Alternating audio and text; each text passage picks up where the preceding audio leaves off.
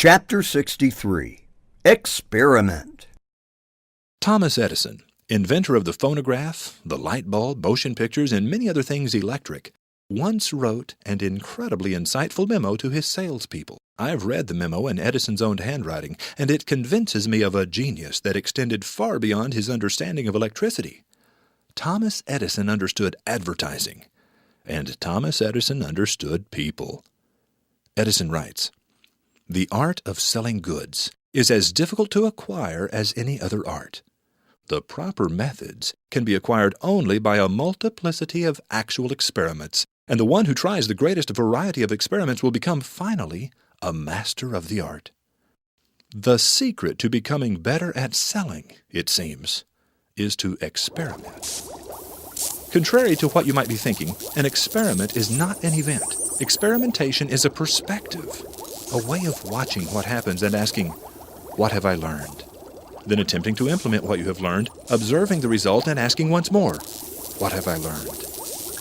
Throughout his long and productive life, Thomas Edison never quit experimenting, never quit learning, never quit becoming better.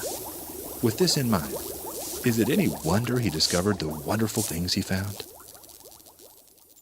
Chapter 64. Hindsight is 20/20. It has long been my habit to peruse old magazines and newspapers as I study advertising. Today, I'll share a recent surprise discovery with you. December 1931. The Great Depression was in full swing, and a little magazine called The Roycrofter was being sold for 20 cents. In this particular issue, two very poignant thoughts came from staff writers trying to share an encouraging word during this time of financial hardship.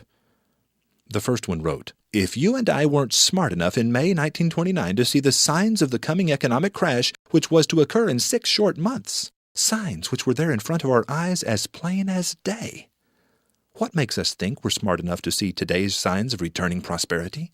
I then turned to an article called 5 Minutes with Edison, written by a delightful fellow named Burton Bigelow, who said, "I have met Thomas Edison. My meeting lasted only a few minutes, but I have met Edison.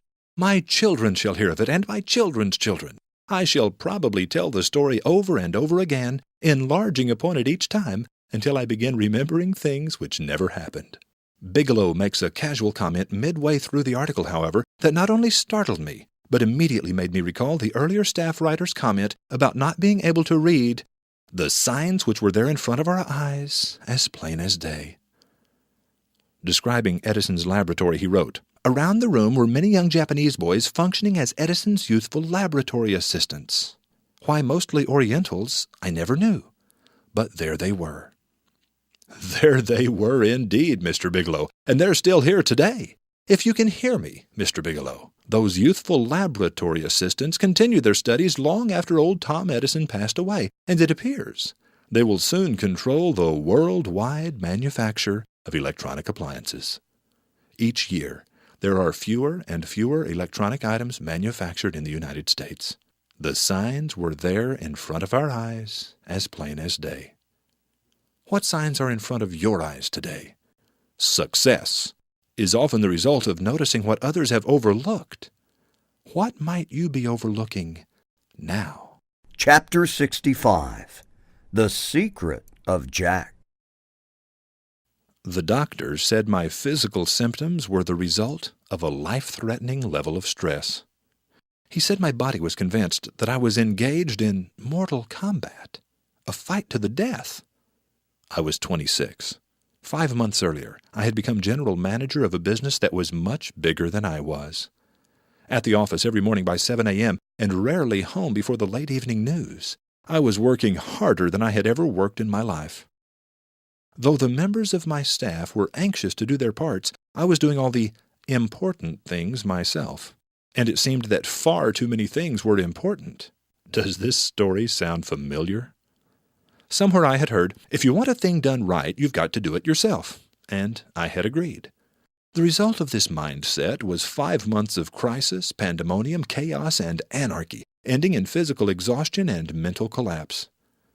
Now I was sitting on an examining table in a flimsy white robe that had a too wide slit up the back. Jack Candle rescued me from that examining table when I hired him to be my boss. Jack taught me that a manager should never do anything himself. "It's not the manager's job," said Jack, "to actually do the work. It's the manager's job to see that all the work gets done, and that every employee gives the company the very best he or she has to give. It's the manager's job to make sure that everyone's needs are being met. A good manager is always available for a chat." Then he said something that stunned me. "The best managers are those who appear to be doing nothing. Nothing at all." It sounded crazy at the time, but today I'm convinced those were the words of a managerial genius. Jack went on to say, "I've never once learned to do an employee's job. I've always been afraid that if I knew how to do his job, I might be tempted to help him do it, or even to do it for him." When Jack noticed the puzzled look on my face, he summarized for me plainly. "When employees know that you're good at what they do, they tend to become increasingly helpless. When they know that you aren't able to do their jobs, they learn to do those jobs themselves, and you have a much happier company. When there's a problem in your company, do you put on the Superman cape and come flying to the rescue? Or do you have enough confidence in your people to trust that they can do the right thing without you?" Throughout his career, Jack Candle was known as a jolly, happy man, and he never once failed to accomplish extraordinary things using extremely ordinary people. I should know. I was one of them. Chapter 66. Pointing Kris like a gun. Just as the UPS overnight package hits the bottom of the post office mailbox, Kris realizes what he has done. Most people would have simply shrugged and said, "Well, UPS must have lost it." But Kris is not most people. Kris sits and waits for the nightly postal truck to come and collect the mail. When the driver begins spouting post office regulations and tells Kris to go away, Kris politely says he'll take it up with a postal supervisor. Stopping at every blue box along the way, Kris follows the truck more than 35 miles to the Central Postal Facility, a huge compound surrounded by a tall chain-link fence topped with barbed wire. When the guard opens the gate to let the postal truck through, Kris nails his accelerator and shoots the gap. No time for explanations. Sliding to a stop in front of the main office, Kris runs inside only moments before furious guards arrive on foot. There's quite a scene. 30 minutes later, Kris hands my package to a man at United Parcel Service. John tells me his flight number. I tell him Kris will meet him there at the gate, not knowing that Kris will find a new sign in front of the metal detector. "Ticketed passengers only beyond this point." Not missing a step or pausing to think, Kris returns to his truck where he stuffs his backpack full of things he finds behind the seat. He then digs through the airport trash until he finds an empty ticket folder, which he promptly tucks under his arm. With backpack and ticket folder in hand, Kris runs headlong across the parking lot through the airport lobby directly to the head of a long line, shouting, "I'm sorry, everyone!" He tosses the backpack onto the conveyor belt and flashes the ticket jacket to the guard while diving through the metal detector. Never glancing back, Kris runs down the concourse to the gate. As John steps off the plane, Kris is waiting. "So how was your flight?" God help the person who stands between Kris and something I've asked him to do. If I send Kris to buy fruit and King Kong is guarding the bananas, call Hollywood. King Kong meets Kris will be a box office bonanza, but don't bet on the monkey to win. It is Kris who will come home with bananas. Every business owner needs a Kris, but I'll warn you, there aren't nearly enough to go around. The secret of attracting a Kris and keeping it happy is knowing how to work with one. You see, a Kris will work with you, but never exactly for you. And a Kris cannot be badgered, bullied, frightened, bought, sold, bribed, or manipulated in any way. To attempt these things is to lose your Kris. And never tell a Kris how to do something. You should only tell it what you need done. And when the thing is accomplished, don't ask a lot of questions. It would probably be better if you didn't know. Difficulties are things that show what men are. Epictetus. Chapter 67. How long is your shadow? It's really a disadvantage to have natural talent. The person with natural talent can make a job look so easy that people fail to appreciate it. Another problem with being talented by nature is that you will find it nearly impossible to teach those who would learn from you. How can one teach what one knows instinctively and never had to learn? The biggest problem with being naturally talented is that some idiot will decide to put you in charge. Sometimes the idiot is an employer who will ask you to run a department, but more often the idiot is you. I'm so good at what I do, I think I'll go into business for myself. Oh, I've seen this movie 100 times. Let me tell you how it ends. Your new business flourishes and thrives until it has grown to the length of your own shadow.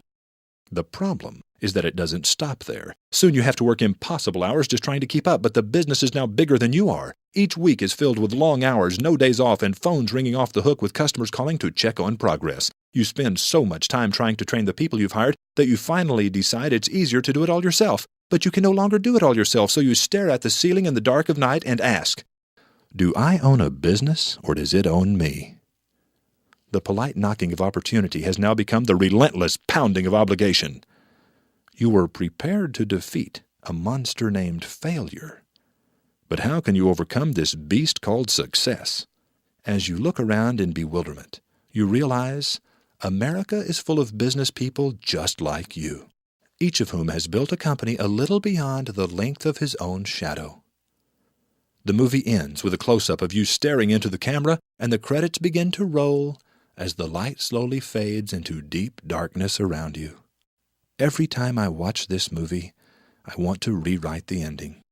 In my new finale, the owner doesn't give up on the people he's hired. He realizes the underlying problem is merely their lack of his natural talent, and he understands that someone else is better qualified to teach them. In the movie I would write, the business person invests in training for his people and develops procedures that allow extraordinary things to be accomplished by ordinary employees. In my movie, the business becomes much, much bigger than the length of anyone's shadow. How does your movie end?